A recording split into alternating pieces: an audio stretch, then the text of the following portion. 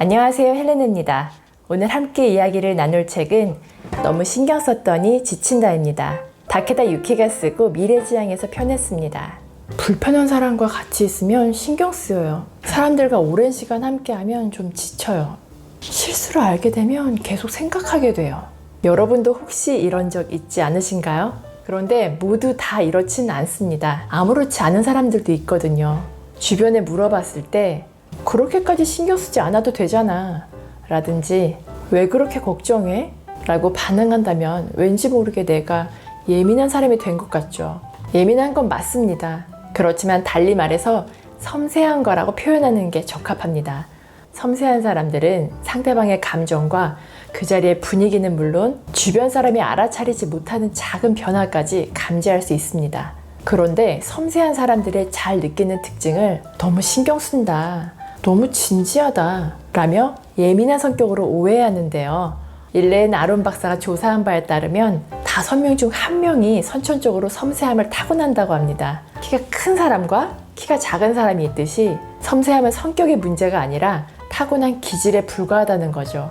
더 자세히 설명하자면 섬세한 사람과 섬세하지 않은 사람의 차이는 빛과 소리 같은 자극을 받았을 때 얼마나 뇌의 신경 시스템이 흥분하느냐에 따라 다르게 나타납니다. 섬세함은 후천적으로 개발되는 게 아니라 갓난아기 시절부터 자극에 민감하게 반응합니다. 그럼 나도 섬세한 사람인가? 궁금하시죠? 섬세한 사람 진단 테스트를 읽어드릴 테니 몇 개의 문항에 해당되는지 체크해보세요. 환경의 미묘한 변화를 잘 감지하는 편이다. 타인의 기분에 좌우된다. 고통에 아주 민감하다. 바쁜 나날이 계속되면 침대나 어두운 방과 같이 사생활 보호가 되고 자극을 피할 수 있는 장소에 틀어박혀 지내고 싶다. 카페인에 민감하게 반응한다. 환한 빛과 자극적인 냄새, 까슬까슬한 천, 사이렌 소리 등에 쉬이 압도된다. 단기간에 많은 일이 몰리게 되면 어찌할 바를 몰라 혼란에 빠진다. 상상력이 풍부하여 툭하면 몽상에 잠긴다. 소음을 유독 견디지 못한다. 미술이나 음악에 깊이 동화되는 편이다. 굉장히 양심적이다. 별거 아닌 일에도 자주 깜짝 놀란다. 너무 많은 일이 자기 주변에서 일어나면 마음이 불편해지고 신경이 날카로워진다. 어떤 사람이 불쾌함을 느낄 때 어떻게 하면 쾌적함을 느낄지 단박에 알아차린다. 실수하거나 깜빡 잊어버리지 않게 늘 조심한다. 폭력적인 영화나 텔레비전 방송은 보지 않는다. 배가 고프면 집중력이 떨어지고 기분이 나빠지는 등 강한 반응을 일으킨다. 한꺼번에 많은 일이 들어오면 숨이 막힌다. 생활의 변화가 일어나면 어쩔 줄을 모른다. 섬세한 향이나 냄새, 소리, 음악을 좋아한다. 평소에 동요할 만한 상황은 피하는 걸 최우선으로 생각한다. 일을 할 때 누군가와 경쟁하거나 누가 지켜보고 있으면 긴장해서 평소의 실력을 발휘하지 못한다. 어린 시절 부모와 교사에게 민감하다거나 소극적이라는 소리를 들었다. 결과가 어떻게 나오셨나요? 질문 중 12개 이상 해당되셨다면 아마 HSP일 것입니다. HSP는 Highly Sensitive Person을 줄임말로 굉장히 섬세한 사람을 뜻하죠. 전체 인구의 20%를 차지하는 HSP는 나머지 80%의 사람들에게 맞춰야 하기 때문에 섬세함을 당당히 드러내기 어렵습니다. 왜냐하면 섬세한 사람을 향해 주변 사람들이 아니 왜 그렇게 예민해? 좀 둔해지면 되잖아 라고 말하기 때문입니다. 하지만 섬세한 사람은 신경 끄는 방법을 알지 못합니다. 이건 마치 키가 큰 사람에게 키를 줄이라고 강요하는 것과 같거든요. 그러니 섬세함은 극복해야 할 과제가 아니라 장점으로 봐야 합니다. 이 책은 섬세한 사람들이 있는 모습 그대로 행복하게 살 수 있는 기술을 알려줍니다.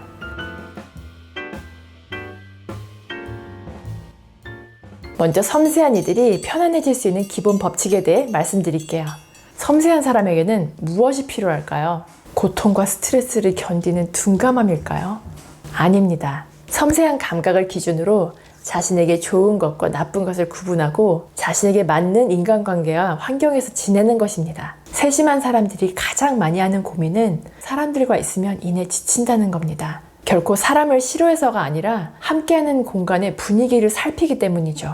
예를 들면 자리의 분위기가 어두운가 밝은가, 희미하게 들리는 소음, 누가 진심으로 즐기고 누가 억지로 웃는가 같은 사소한 것에 반응하다 보니 세심하지 않은 사람보다 더 빨리 지치는 겁니다. 그래서 세심한 사람에게는 마음 편히 쉴 수 있는 혼자만의 시간이 필요합니다. 또 사람들과 있을 때 주변을 신경 쓰기보다 이렇게 하고 싶다 라는 자신의 본심을 소중히 여긴다면 있는 그대로의 모습으로 있을 수 있어서 느긋하게 지내실 수 있을 겁니다. 다음으로 알아볼 기술은 매일의 스트레스를 막는 간단한 기술입니다. 섬세한 사람이 자극으로 받는 스트레스를 줄이려면 감각을 둔화시키거나 마음을 닫기보다 물리적으로 막는 것이 중요합니다. 이를테면 스트레스를 받는 장소나 상대와 거리를 두는 거죠. 그리고 또 한 가지 방법은 오감 중 예민한 감각부터 중점적으로 막는 것입니다. 상대의 감정과 자리의 분위기를 읽을 때 오감 중 어느 감각을 주로 쓰나요? 라고 물었을 때 눈이라고 대답하는 사람이 있는가 하면 귀라고 답하는 분도 있을 겁니다. 오감별로 자극을 예방하는 방법이 있는데요. 시각이 섬세한 사람은 필요 이상의 정보가 눈에 들어오지 않게 차단하는 겁니다. 선글라스를 쓴다거나 굵은 테 안경을 끼는 거죠. 청각이 발달한 사람은 작은 소리에도 민감하기 때문에 귀마개나 이어폰을 활용하는 게 도움이 됩니다. 촉각이 예민한 사람은 옷에 보호를 받는 게 대책의 기본이니 편안한 소재로 피부를 덮어야 합니다. 후각이 발달한 사람들도 있죠. 기분 좋은 향기로 온몸을 감싸는 걸 추천합니다. 미각이 섬세한 사람은 자극적인 음식을 피하는 게 좋습니다. 세 번째로 인간관계가 편해지는 기술에 대해 알아볼게요. 이건 섬세한 사람뿐 아니라 모두에게 해당되는 내용인데요. 인간관계는 겉으로 드러난 자신과 잘 맞는 사람이 주변에 모인다는 아주 단순한 구조로 되어 있습니다. 그렇기 때문에 자신의 본심을 억누르고 상대방을 우선하면 자신의 의견이나 감정에 자신이 없어지면서 점점 자신을 드러내지 못하게 됩니다. 그러다 보면 진정한 자신을 숨긴 채 껍질만 보이게 되고 그 껍질에 맞는 사람들이 모이게 되죠. 섬세한 사람일수록 자신보다 상대를 더 먼저 생각하는 경향이 많은데요. 그로 인해 스트레스를 받게 되죠. 스트레스를 줄이기 위해선 사람들 앞에서 솔직하게 자신의 생각과 감정을 표현해야 합니다. 이렇게 했을 때 그동안의 모습과 달라졌다며 사람들이 떠날 수도 있습니다. 하지만 결국 여러분의 기분과 의지를 존중하는 사람은 남을 거예요. 네 번째 기술은 어깨에 힘을 빼고 느긋하고 맘 편하게 일하는 기술입니다. 섬세한 사람은 일을 할 때도 많은 생각을 하느라 몸보다는 머리가 피곤한 경우가 많습니다. 그래서 간단한 일이라도 녹초가 돼요 라고 말하죠. 이건 생각 피로나 긴장 피로가 있어서 신경이 쉬지를 못해 피로가 풀리질 않기 때문입니다. 긴장되어 있다는 것은 뭔가의 불안을 느끼고 있다는 거거든요. 섬세한 사람이 편하게 일하려면 불안을 줄이고 안도감을 늘려야 합니다. 일을 할 때 흔히 우선순위를 정하라는 말을 많이 하는데요. 생각이 깊은 섬세한 사람에겐 우선순위를 정하는 것 또한 일이 되어버립니다. 그러니 중요한 일을 하나만 고르시면 됩니다. 그리고 하나씩 차근차근 해나가는 거죠. 직장에서 섬세한 사람의 최대 고민은 왠지 모르게 늘 바쁘다는 겁니다. 왜냐하면 섬세한 사람은 섬세하지 않은 사람보다 더 많은 걸 알아차리기 때문에 일의 양이 자꾸 늘어나게 되죠. 일을 알아차리는 건 괜찮지만 무조건 대응하지 않고 선택하는 태도가 필요합니다. 마지막 기술은 섬세함을 살리는 기술입니다. 섬세하면 스트레스에 취약해서 어려운 면도 있지만 기분이 좋거나 기쁠 때는 더 깊이 행복을 느낄 수 있습니다. 섬세함은 자신을 구성하는 중요한 부분이죠.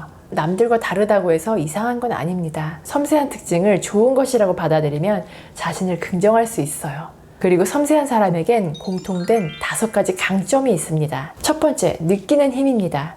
상대의 이야기를 잘 듣고 공감하며 다른 사람이 알아차리지 못하는 점을 잘 발견합니다. 두 번째, 생각하는 힘입니다. 깊이 생각하고 당연한 것들에 대해 의문을 갖고 개선하죠.